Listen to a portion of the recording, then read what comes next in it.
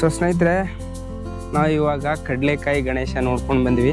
ಅದ್ರ ಪಕ್ಕನೇ ಒಂದು 100-200 ಮೀಟ್ರದಲ್ಲೇ ಪಕ್ಕದಲ್ಲೇ ಸಾಸಿವೆ ಕಾಳು ಗಣೇಶ ಇದೆ. ಈ ಸಾಸಿವೆ ಕಾಳು ಗಣೇಶನ ವಿಶೇಷತೆ ಹೇಳ್ತೀನಿ ಬನ್ನಿ. ಕಾಣಿಸ್ತಾ ಇದೆಯಲ್ಲ, ಅದನ್ನೇ ಸಾಸಿವೆ ಕಾಳು ಗಣೇಶ. ಈ ಸಾಸಿವೆ ಕಾಳು ಗಣೇಶನ ಸ್ಟೋರಿ ಒಂಥರ ಇಂಟ್ರೆಸ್ಟಿಂಗ್ ಇದೆ. ಆ ಸ್ಟೋರಿನ ನಿಮಗೆ ಹೇಳ್ತೇನೆ ಬನ್ನಿ. ಏನಂದರೆ, ಒಬ್ಬ ವ್ಯಾಪಾರಿ ಇರ್ತಾನೆ. ಒಬ್ಬ ವ್ಯಾಪಾರಿ ಏನು ಮಾಡ್ತಾನೆ ಅಂದರೆ, ವಿಜಯನಗರಕ್ಕೆ ಬಂದಿರ್ತಾನೆ. ವಿಜಯನಗರ ಬಂದಿರಬೇಕಾದ್ರೆ ರಾಜ್ಯನ ಅನುಮತಿಯನ್ನು ಪಡೆದು ಇಲ್ಲಿ ವ್ಯಾಪಾರಕ್ಕೆ ಅನುಮತಿಯನ್ನು ಪಡೆದು ವ್ಯಾಪಾರ ಮಾಡ್ತಾ ಇರೋದು. ರಾಜ್ಯನ ಅನುಮತಿಯನ್ನು ಪಡೆದು ವ್ಯಾಪಾರ ಮಾಡಿರ್ತಾನೆ. ವ್ಯಾಪಾರ ಮಾಡ್ತಾರೋ ಸಂದರ್ಭದಲ್ಲಿ ಹಿಂಗೆ ಕಾಲಕ್ರಮೇಣ ಏನು ಮಾಡ್ತಾನೆ ಅಂದರೆ, ಆ ರಾಜ್ಯದ ರಾಜ ಸುನಿಗಿತಾನೆ, ಅಂದರೆ ಸತ್ತೋಗ್ತಾನೆ.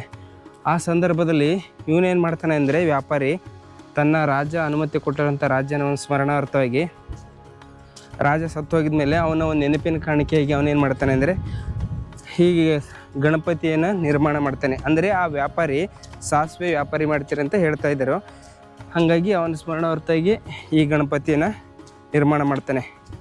ಸೊ ಆವತ್ತಿನಿಂದ ಈ ಗಣಪತಿಯನ್ನು ಸಾಸಿವೆ ಕಾಳು ಗಣಪತಿನ ಅಂತ ಕರೀತಾರೆ. ಸೊ ಈ ಗಣಪತಿ ಹಿಂಭಾಗ ನೋಡ್ಬೋದು, ಎಷ್ಟು ಅದ್ಭುತವಾಗಿ ಕೆತ್ತನೆ ಮಾಡಿದ್ದಾರೆ. ಅಂದರೆ ಒಂದು ತೆರೆದ ಮಂಟಪದಲ್ಲಿ ಇದೆ ಗಣಪತಿ. ಸೊ ಬನ್ನಿ, ಅಂದರೆ ಇದು ಈ ಥರ ಬ್ಯಾರಿಕೇಡ್ಸ್ ಹಾಕಿದ್ದಾರೆ, ಒಳಗಡೆ ಯಾರು ಹೋಗ್ಬಾರ್ದು ಅಂತೇಳಿ, ದೂರಿಂದನೇ ನೋಡ್ಬೋದು ಅಂಥೇಳಿ. ಈ ಗಣೇಶನ ವಿಶೇಷತೆ ಏನು ಗೊತ್ತಾ? ಗಣೇಶ 2.6 ಮೀಟ್ರ್ ಎತ್ತರದಲ್ಲಿದ್ದು ಹೊಟ್ಟೆಗೆ ಹಾವನ್ನು ಸುತ್ತಕೊಂಡಿದ್ದಾನೆ. ಹೊಟ್ಟೆಗೆ ಹಾವನ್ನು ಸುತ್ತಕೊಂಡು ಇಲ್ಲಿ ಏನಿದೇನೋ ಗೊತ್ತಿಲ್ಲ, ಇಲ್ಲಿ ಮಿರರ್ ಹಾಕಿದ್ದಾರೆ, ಏನಂತ ಗೊತ್ತಿಲ್ಲ. ಏನಣ್ಣ ಇಲ್ಲಿ? ಹಾಂ, ಇಲ್ಲಿ ಮಿರರ್ ಇದೆಯಲ್ಲ, ಇದ್ರ ಕೆಳಗಡೆ ಒಂದು ಶಾಸನ ಇದೆ ಅಂತ ಹೇಳ್ತಾ ಇದ್ದಾರೆ. ಬಟ್ ಅದು ಯಾವುದು ಅಕ್ಷರ ಕಾಣಿಸ್ತಾ ಇಲ್ಲ. ಸೊ ಬನ್ನಿ, ನೀವು ಫ್ರಂಟಿಂದ ಇನ್ನೊಂದು ಆ್ಯಂಗಲಿಂದ ತೋರಿಸ್ತೀನಿ ಬನ್ನಿ ನಿಮಗೆ. ಸೊ ನೋಡ್ಬೋದು, ಹೊಟ್ಟೆಗೆ ಹಾವನ್ನು ಸುತ್ತಕೊಂಡು ಒಂದು ತೆರೆದ ಮಂಟಪದಲ್ಲಿ ಅದ್ಭುತ ಕೆತ್ತನೆ ಇದೆ.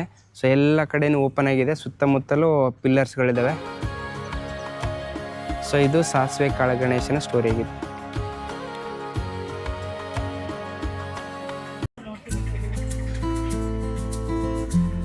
ಸೊ ಸ್ನೇಹಿತರೆ, ನೀವು ನೋಡ್ತಾ ಇದ್ದೀರಲ್ಲ, ಬಂದ್ಬಿಟ್ಟು ಇದನ್ನು ಬಡವಿ ಲಿಂಗ ಅಂತ ಕರೀತಾರೆ.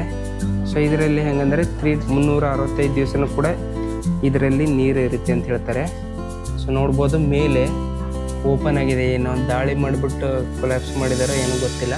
ಸೊ ಸ್ನೇಹಿತರೆ, ನಾವು ಜಸ್ಟ್ ಬಡವಿ ಲಿಂಗ ನೋಡಿದಿವಲ್ಲ, ಈ ಬಡವಿ ಲಿಂಗ ಅನ್ನೋದ್ರ ಹಿಂದೆ ಒಂದು ಇತಿಹಾಸ ಇದೆ. ಏನು ಗೊತ್ತಾ?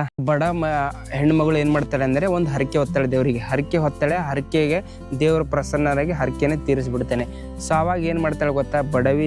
ಒಬ್ಬ ಬಡ ಹೆಣ್ಣುಮಗಳು ತನ್ನ ಸ್ವಂತ ಖರ್ಚಿನಲ್ಲಿ, ತನ್ನ ಸ್ವಂತ ದುಡಿಮೆಯಲ್ಲಿ ಏನು ಮಾಡ್ತಾಳೆ ಅಂದರೆ, ಈಗ ತೋರಿಸ್ತಾನಲ್ಲ ಆ ಲಿಂಗನ ಕಟ್ಸ್ತಾಳಂತೆ.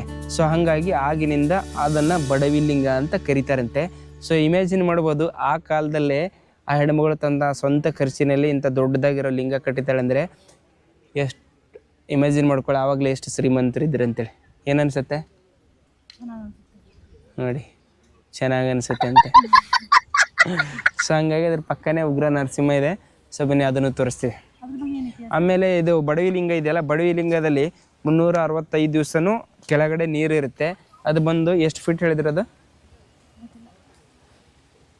ಎಕ್ಸಾಕ್ಟಾಗಿ ಫೀಟ್ ಗೊತ್ತಿಲ್ಲ, ಎಷ್ಟು ಹೈಟ್ ಇದೆ ಅಂತೇಳಿ ಗೊತ್ತಿಲ್ಲ. ಆಮೇಲೆ ಚೆನ್ನಾಗಿತ್ತು ಬಡವಿ ಲಿಂಗ.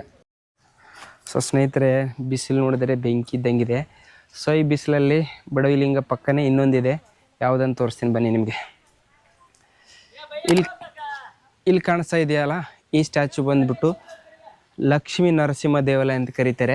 ಸೊ ಈ ಲಕ್ಷ್ಮೀ ನರಸಿಂಹ ದೇವಾಲಯನ 1528ರಲ್ಲಿ ಶ್ರೀಕೃಷ್ಣ ದೇವರಾಯ ಆಜ್ಞೆ ಮೇರೆಗೆ ಈ ಒಂದು ಲಕ್ಷ್ಮೀ ನರಸಿಂಹ ದೇವಸ್ಥಾನವನ್ನು ನಿರ್ಮಾಣ ಮಾಡಿರ್ತಾರೆ.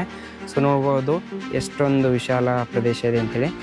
ಸೊ ಬನ್ನಿ, ಈ ಲಕ್ಷ್ಮೀ ನರಸಿಂಹದ ಬಗ್ಗೆ ತಿಳಿಸ್ತೀನಿ. ಈ ಲಕ್ಷ್ಮೀ ನರಸಿಂಹದ ಬಗ್ಗೆ ಹೇಳಬೇಕಂದ್ರೆ, ತಲೆ ಮೇಲೆ ಆದಿಶೇಷನಾಗನ 7 ಹೆಡೆಗಳಿದ್ದಾವೆ.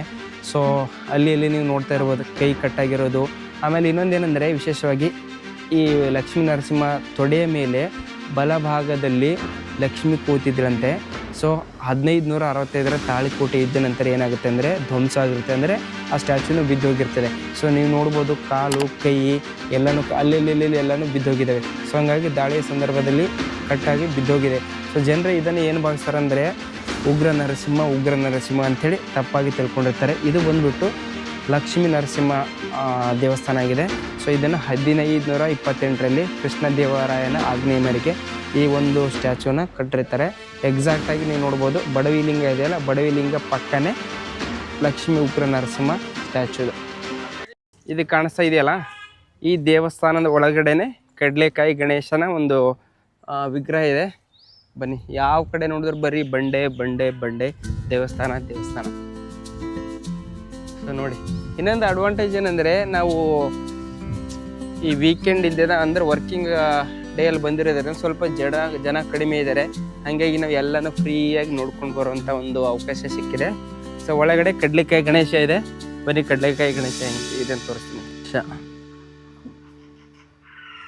ಬನ್ನಿ, ಎಷ್ಟು ಅದ್ಭುತವಾಗಿದೆ ನೋಡ್ರಿ. ಸೊ ಸ್ನೇಹಿತರೆ, ಇವಾಗ ನಾವು ಹೋಗ್ತಾ ಇರೋದು ಕಡಲೆಕಾಳು ಗಣೇಶನ ದೇವಸ್ಥಾನದ ಒಳಗಡೆ. ಈ ಕಡಲೆಕಾಳು ದೇವಸ್ಥಾನನ ಕಡಲೆಕಾಳು ದೇವಸ್ಥಾನ ಇದೆಯಲ್ಲ, ಇದು ಬಂದ್ಬಿಟ್ಟು 15ನೇ ಶತಮಾನಕ್ಕೆ ಸೇರಿದಾಗಿರೋಂಥ ಕಡಲೆಕಾಯಿ ಗಣೇಶ. ಅಂದರೆ 4.5 ಮೀಟ್ರ್, ಅಂದರೆ 18 ಅಡಿ ಎತ್ತರದಲ್ಲಿರುವ ಒಂದು ಕಡಲೆಕಾಯಿ ಗಣೇಶ ನೀವು ನೋಡ್ಬೋದು. ಈ ಕಡಲೆಕಾಯಿ ಗಣೇಶ ಇನ್ನೊಂದು ವಿಶೇಷತೆ ಏನು ಗೊತ್ತಾ, ಈ ನೀವು ಮುಂದೆ ನೋಡ್ಬೋದು, ಇಲ್ಲಿ ಈ ಮುಂಭಾಗನ ಮೋಸ್ಟ್ಲಿ ದಾಳಿಯ ಸಂದರ್ಭದಲ್ಲಿ ಒಡೆದೋಗಿದೆ ಏನೋ ಗೊತ್ತಿಲ್ಲ. ಆಮೇಲೆ ಒಂದು ಇತಿಹಾಸದ ಪ್ರಕಾರ ಅಂದರೆ, ನಾನು ಕೇಳ್ಪಟ್ಟಂಗೆ ಈ ಕಡಲೆಕಾಳು ಗಣೇಶನಿಗೆ ಕಡಲೆಕಾಯಿ ಗಣೇಶ ಯಾಕಂತಾರೆ ಅಂತ ಹೇಳಕ್ಕೆ ಅಂದ್ಕೊಂಡ್ರೆ, ಗಣೇಶನ ಒಂದು ಹೊಟ್ಟೆನೇ ಕಡಲೆ ಆಕಾರದಲ್ಲಿರೋದರಿಂದ ಕಡಲೆಕಾಯಿ ಗಣೇಶ ಅಂತ ಹೇಳ್ತಾರೆ ಅಂತ ಹೇಳ್ತಾರೆ. ಎಕ್ಸಾಕ್ಟಾಗಿ ಗೊತ್ತಿಲ್ಲ, ಬಟ್ ನನಗೆ ಗೊತ್ತಿರೋಂಥ ಮಾಹಿತಿ. ಇದಾದಮೇಲೆ ಇದರ ಹಿಂದೆಯೇ ಸಾಸಿವೆ ಕಾಳು ಗಣೇಶ ಇದೆ.